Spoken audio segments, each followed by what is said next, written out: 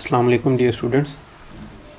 आज की क्लास में हम सेकंड मेथड को स्टार्ट करेंगे, परसेंटेज मेथड, यानी फ़ीसद का तरीका इलास्टिसिटी ऑफ डिमांड को मैयर करने के लिए।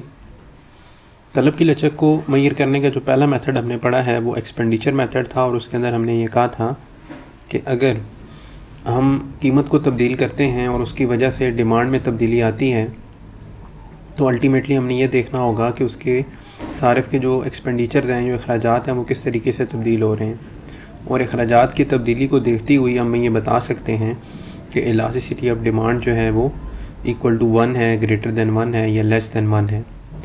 आज हम अपने फ़ीसद के तरीके के ऊपर जाएंगे। फ़ीसद का तरीका बहुत सिंपल और सादा है। इसके लिए हमें एक छोटा सा फार्मूला याद रखना है।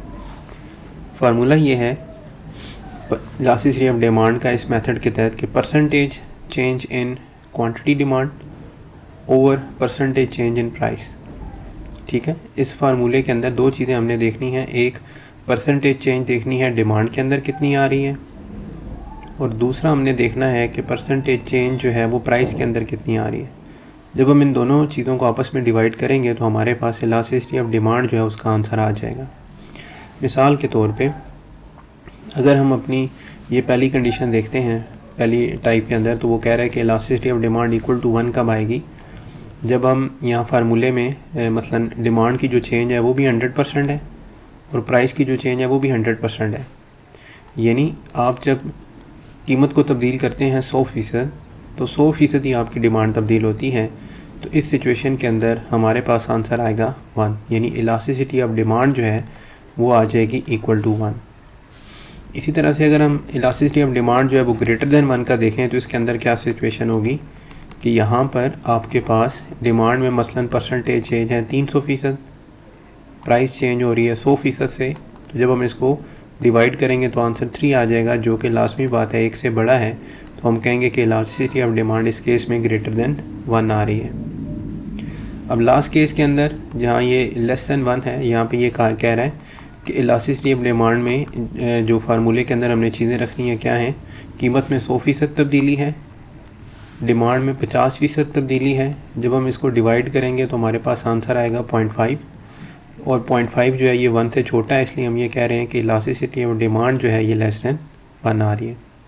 सो इस मेथड के अंदर आपने सिंपली दो चीज़ें निकालनी है। सबसे पहले परसेंटेज चेंज जो है वो डिमांड के अंदर कितनी आ रही है और परसेंटेज चेंज जो है वो प्राइस के अंदर कितनी आ रही है, और फिर इन दोनों परसेंटेजेस को आपने क्या कर देना है, डिवाइड कर देना है।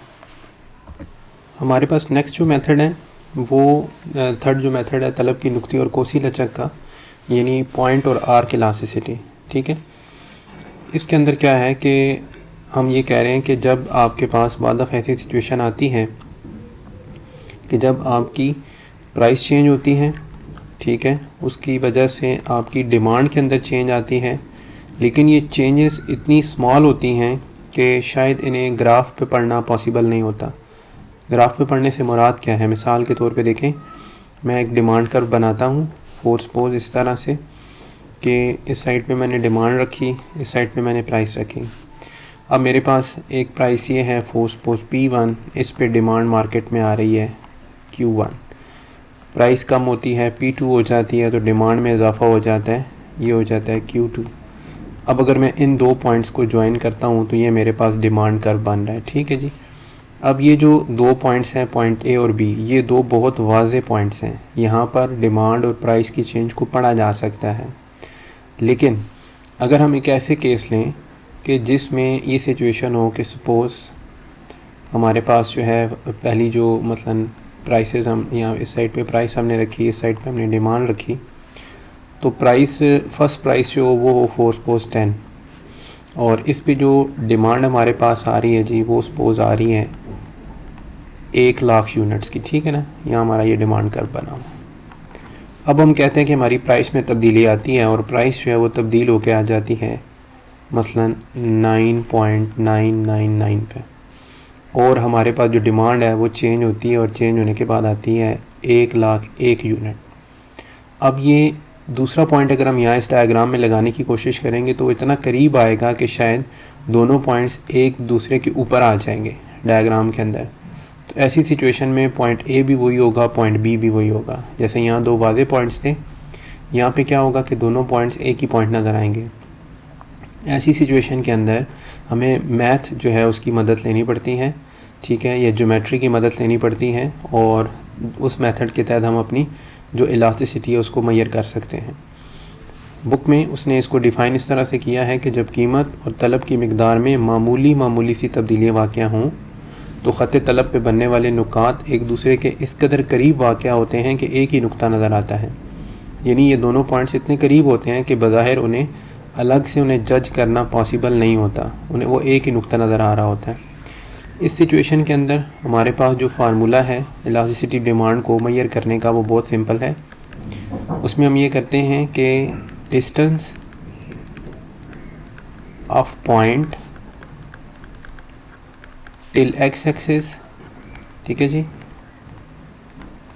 Divided by distance of point till Y axis, ठीक है जी। ये फार्मूला है। मसलन जैसे मैंने ये एक डायग्राम बनाई और मैं कह रहा हूँ कि इस डायग्राम में ये एक डिमांड कर्व बना हुआ है और इस डिमांड कर्व में ये एक ए पॉइंट है, हमने इस पे इलास्टिसिटी निकालनी है। ये मतलब बेसिकली दो पॉइंट है जो प्राइस के चेंज होने के बाद आए हैं, लेकिन एक ही पॉइंट नज़र आ रहा है। तो अब हम इस पॉइंट पे इलास्टिसिटी निकालना चाहते हैं। इसका तरीकाकार ये होगा कि पहले हम अपने इस डिमांड कर्व को एक्सटेंड करेंगे और इसको मिलाएंगे अपने दोनों एक्सिस के साथ, ठीक हो गया जी। अब उसके बाद फार्मूले में क्या है कि आपने डिस्टेंस मेजर करना है पॉइंट का जिस पॉइंट पे आप निकालना चाहते हैं टिल एक्स एक्सिस, ठीक है। अगर मैं सपोज़ करूं कि ये जो पॉइंट है ये हमारे पास बिल्कुल मिड में, यानी हम इस तरह से डायग्राम बनाएं कि पॉइंट एग्जैक्टली मिड में है ना, सपोज ये इधर बना दिया, ये पॉइंट ए आ गया।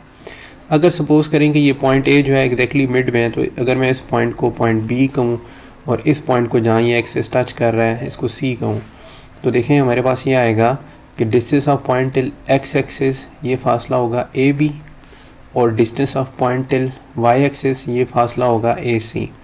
अगर ये दोनों फासले एग्जैक्टली बराबर हैं तो जब मैं ये फासले एग्जैक्टली बराबर डिवाइड करूँगा तो आंसर क्या आएगा, 1 आ जाएगा। इसी तरह से अगर मैं ये कहता हूँ जी कि मेरे पास एक ये डिमांड कर्व बना हुआ है, ठीक है, मैं इसको पहले एक्सटेंड करके यहाँ तक ये बना देता हूँ, ठीक है ना। डिमांड आ गई, इस साइड पे प्राइस आ, और मुझे कहा जाता है कि आप इस पॉइंट, अब ए ये पॉइंट यहाँ पे लग गया, यानी इसके मिड से थोड़ा ऊपर है। अब इस पॉइंट पे अगर आप इलास्टिसिटी निकालना चाहें तो उसी तरीके से हम क्या करेंगे, इस पॉइंट को नाम दिया बी, इस पॉइंट को जहाँ ये टच कर रहा है वाई एक्सिस उसको पॉइंट दिया सी। अब distance of point in X axis A B है, distance of point in Y axis A C है। अब इस सिचुएशन में देखें कि ये जो ए बी का फासला है ये ज़्यादा है और जो ए सी का फासला है ये कम है। इसका मतलब है नोमिनेटर बड़ा है, डिनोमिनेटर छोटा है। तो आपका जो आंसर आएगा वो क्या आएगा, इलास्टिसिटी का आंसर आएगा ग्रेटर देन 1, ठीक हो गया जी। इसके बाद अगर हम एक डायग्राम ये लें कि जिसके अंदर सिचुएशन ये हो, मसलन ये डिमांड कर्व है, प्राइस आ गई, डिमांड आ गई जी, और पॉइंट यहाँ पे आ जाए, यही मिड से थोड़ा नीचे आ जाए, मुझे कहा जाए इस पॉइंट पे आपने फासला निकालना है। तो मैं पहले इस जहाँ ये टच कर रहा है इसको पॉइंट बी कह देता हूँ, इसको पॉइंट सी कहता हूँ। तो distance of point till X axis, ठीक है जी, ये मेरे पास आ गया ए बी और distance of point till Y axis A C. अब जो ए सी डिस्टेंस है ये बड़ा है, नोमिनेटर बड़ा है, छोटी चीज़ को बड़ी चीज़ से डिवाइड करेंगे तो आंसर जो है वो लेस देन 1 आएगा। तो आपकी इलास्टिसिटी जो है वो लेस देन 1 हो गई, ठीक हो गई। अब अगर सपोज ये मैं करता हूँ कि मेरे पास एक डिमांड कर्व इस तरह से बना हुआ है और मुझे कहा जाता है कि इस पॉइंट पे पॉइंट ए जो है ये इधर आ गया है, यानी एक्स एक्सिस पे, कि इस पे पॉइंट पे आप इलास्टिसिटी निकालें। तो देखें distance of point till X axis क्या होगा, 0, और distance of point till Y axis में अगर इस पॉइंट को बी का नाम दूं तो ये डिस्टेंस यहाँ आ जाएगा ए बी। तो इसका मतलब क्या होगा कि 0 डिवाइडेड बाय एनीथिंग, आपके पास आंसर क्या आएगा, 0। तो यहाँ ए पॉइंट पे elasticity of demand equal to क्या आएगी, 0 आ जाएगी। अगर मुझे कहा जाए इस बी पॉइंट पे इलास्टिसिटी निकालें तो देखें फार्मूले में क्या आएगा, इस बी पॉइंट पे distance of point till X axis तो ये ए से बी पूरा एरिया आ गया जी, और distance of point till Y axis, तो यहाँ वाई एक्सिस पे मौजूद हैं तो डिस्टेंस क्या है 0। Anything divided by 0 is equal to क्या हो गया, इन्फिनिटी हो गया। समझ गए बात। अब अगर हम इस चीज़ को देखें तो एक डायग्राम के अंदर हमें ये बताया गया, फिगर 8 आपकी बुक पे मौजूद है। अगर ये पॉइंट डायग्राम यानी डिमांड कर्व के बिल्कुल मिड पे होगा तो वहाँ elasticity of demand equal to 1 होगी। अगर ये मिड से राइट साइड पे होगा तो लेस देन 1 होगी, और अगर ये पॉइंट एग्जैक्टली एक्स एक्सिस के ऊपर हो तो इलास्टिसिटी इक्वल टू 0 हो जाती है, और अगर ये पॉइंट एग्जैक्टली वाई एक्सिस के ऊपर है तो इलास्टिसिटी जो है वो इन्फिनिटी हो जाएगी, और उससे नीचे नीचे रहेगी तो ये ग्रेटर देन 1 होगी। एक से बड़ा कोई आंसर होगा, मिड पे 1 है, ठीक है। तो ये आपने याद रखना है कि मिड पे इलास्टिसिटी जो है वो हमेशा इक्वल टू 1 होगी, मिड से नीचे लेस देन 1 होगी, और मिड से ऊपर ग्रेटर देन 1 होगी, ठीक है। और अगर पॉइंट मूव करके एक्सट्रीमली एक्स एक्सिस पे चला जाता है तो इलास्टिसिटी 0 हो जाएगी, अगर मूव करके पॉइंट वाई एक्सिस पे चला जाता है तो इलास्टिसिटी जो है वो इन्फिनिटी हो जाएगी। ये तो मेथड हो गया ज्योमेट्री का, किसके लिए, जब आप पॉइंट इलास्टिसिटी की बात कर रहे हैं। अब इसके बाद हमारे पास नेक्स्ट है arc elasticity of demand. Arc elasticity से मुराद क्या है कि जब हमारे पास डिमांड और प्राइस में वाज़ेह तब्दीलियाँ होती हैं, ठीक है, बड़ी बड़ी तब्दीलियाँ होती हैं। जैसे यहाँ देखें डिमांड कर्व पे एक पॉइंट ए और एक बी वाज़ेह नज़र आ रहा है। इस सिचुएशन के अंदर क्या होगा, इस सिचुएशन के अंदर हमारे पास ये फार्मूला लगाया जाएगा, ठीक है, इलास्टिसिटी का Q1 minus Q2 divided by Q1 plus Q2 और होल डिवाइडेड बाय प्राइस पहली और माइनस प्राइस P2 और divided by P1 plus P2। इसमें Q1 जो है ये इनिशियल क्वांटिटी है कीमत के चेंज होने से पहले की, Q2 जो है ये कीमत को चेंज होने के बाद जो आपके पास क्वांटिटी आएगी वो है, P1 फर्स्ट प्राइस है और P2 सेकंड प्राइस है, ठीक है। जैसे यहाँ ये टेबल दिया हुआ है तो इसमें ये 4 जो है ये P1 है, और 3 जो है ये P2 है, 6 जो है ये Q1 है, और 8 जो है ये Q2 है। ये वैल्यूज़ आपने सिंपली, ये देखिए इसने यहाँ निकाल के दी हुई हैं, ये वैल्यूज़ सिंपली आपने क्या करनी है, इस फार्मूले में पुट करनी है और आपके पास आंसर आ जाएगा, ठीक है।